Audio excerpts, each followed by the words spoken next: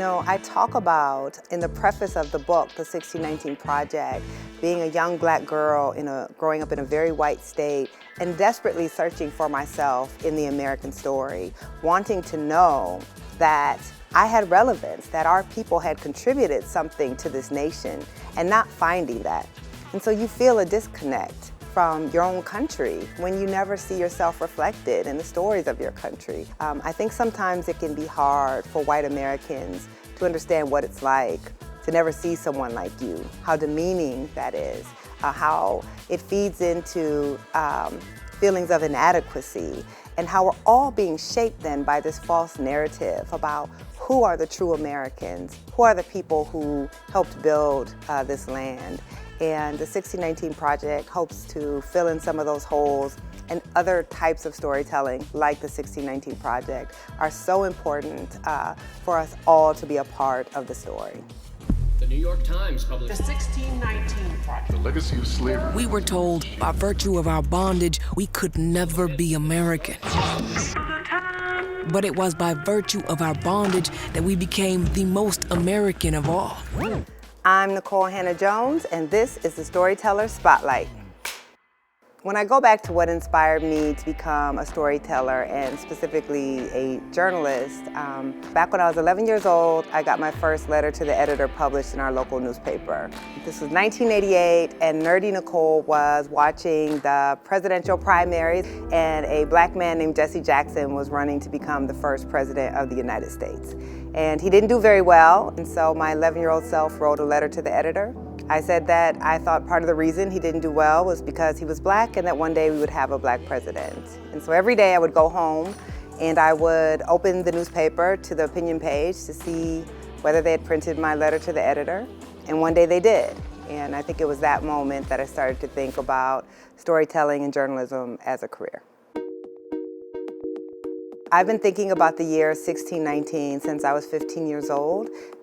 Thinking about it both as a historic event, but also the power of erasure. My high school offered a one-semester Black Studies course, and in that course, my teacher, Mr. Ray Dow, put a book in my hand by LeBron Bennett called Before the Mayflower. And when I first saw the date 1619, and LeBron Bennett talks about this ship that comes on the horizon in Virginia called the White Lion that had been completely erased from the narrative of America that we all learned. In 2019, was the 400th anniversary of that moment of the first Africans being sold into the British colony of Virginia in August of 1619. I now was a newspaper reporter at the New York Times, and I really wanted to use that moment and that anniversary to put the year 1619 into our national lexicon, but more importantly, to force us to grapple with what it means that slavery is one of the oldest institutions in our country, that few things outdate African slavery, and yet we've treated this as a marginal story. So at its heart, the 1619 Project is the story of America told through the lens of slavery and the black people who built so much of this country, but get credit for building very little.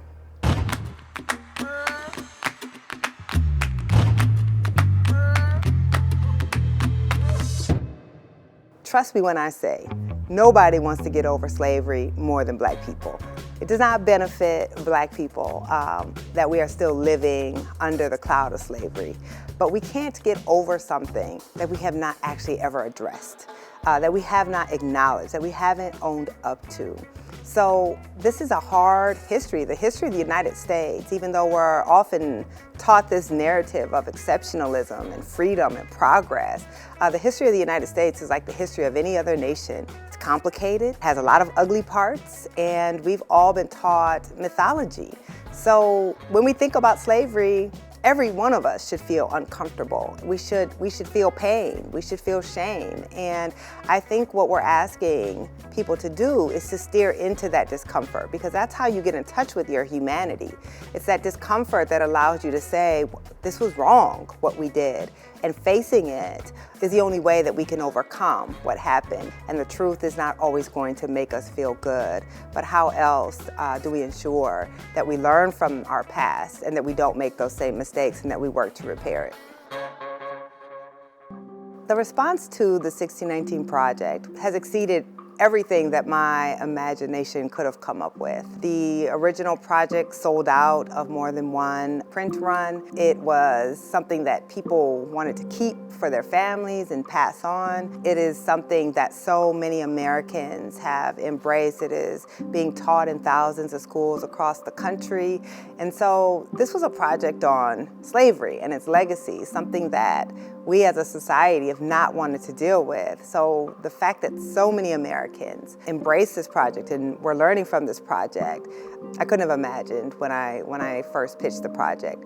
And then of course the other side of that is that response was met with an intensive and enduring backlash, a backlash that has gone all the way up to, the most powerful people in this country, including former President Trump and sitting senators Tom Cotton and Mitch McConnell, who proposed legislation to take away federal funds from many school districts that were teaching the project. Arkansas Senator Tom Cotton is facing criticism for describing slavery as a, quote, necessary evil. President Trump is threatening to take education money away from California schools. Senate Minority Leader Mitch McConnell and 37 Republicans sent a letter to recall a proposal to provide federal grants to states and local schools for using tools like the 1619 project in classrooms. School boards and state governors have targeted the project and tried to ban the project.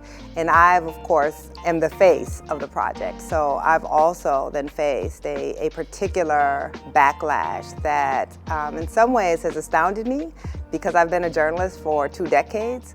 I spent my entire career writing about racial inequality, and I've never been targeted in this way. But I'll also say it's probably my greatest badge of honor, because if you can produce a project that makes such powerful people uncomfortable, because it is really getting at the heart of our national identity, then I think as a journalist, you've done something right. And I certainly didn't get into this field to make powerful people comfortable. 1619 Project is a work of journalism. It's not critical race theory. It's journalism that tries to examine our country and say, how did we get here? What I hope people who aren't Black or who are not Black American will come away with when they watch this series is, one, I hope that they will have a transformative understanding of the role that Black people have played in the United States. That we have been portrayed as people who have been acted upon, people who allowed someone to enslave us and waited for someone to free us, and who really didn't contribute much to this country outside of our forced labor. But what we argue in the project is that American freedom was defined by Black resistance struggle, that the very democracy that we have has been born on the backs of Black resistance, that so much of our cultural contributions that America exports out into the world have come from the creativity and innovation of Black people. You can't understand America if you don't understand the Black experience. But I also want people to see that Black Americans have never had a fair chance of enjoying all of the bounty of the country that they built, that so many of the inequalities that we see today in this country stem from slavery and its legacy, and that all Americans suffer for it. That the form of American capitalism, where so many workers, no matter their race, struggle to make ends meet, struggle to have work that is respecting them and that gives them dignity, that it's not just Black people who are suffering from our inability to deal with the past, that all of us live less rich lives, and I don't mean just in terms of wealth, but the types of lives that we should be able to live in a country with so much bounty, because we can't grapple and get over with the legacy of slavery. You cannot tell the story of America without telling the story of Black America. We are the story of America. What I hope Black Americans get from the 1619 Project is such a strong sense of pride in everything that our ancestors endured and everything that our people have contributed. That, again, our story does not begin and end with slavery, that we were so much more than laborers who were forced across this ocean. And we're not being taught to connect what we see today with what happened in the past. So I feel that this series, it's going to plug so many of those holes and fill in so many of those gaps and give us a sense of pride in the country that we built. And I hope that this entire project is a tribute to our ancestors and to the 40 million descendants. If Americans were better educated on the history of this country, if we had a better understanding of why our society looks like it does, why do Black Americans suffer as a people in the way that they do, what built it, what constructed it, if they have that understanding, then they will support policies and actions that will work to alleviate that harm. It's not that we are a hateful people. It's not that Americans don't want to be better. It's that we don't know better. So to me, if you don't have to re-educate adults, but you can educate children from an early age into the truth about our society, then you empower those children to go out and create the society that we all wish for.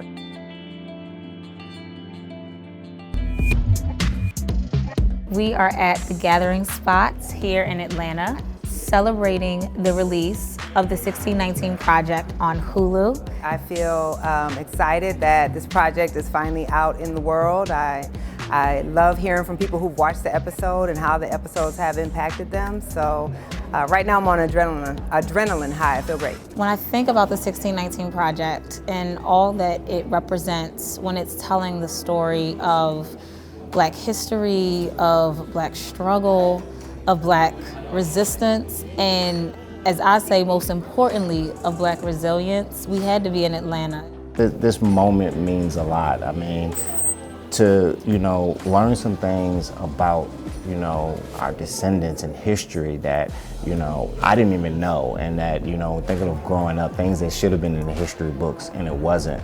And to see those things come alive in a docuseries like this in such a thoughtful way, but then to be able to have, Nikole Hannah-Jones come to Atlanta, the Black Mecca, to a place like the Gathering Spot, to a place like the Center of Civil and Human Rights, to be able to, show this film to people and have a discussion, it's just everything. There's some really powerful work that has been created that we need to acknowledge and wrestle with and use to push us forward, right? This is a moment of collective action, and knowing that, in many ways, while our history may not be something that we can always be proud of, our future is bright and we should be excited about it.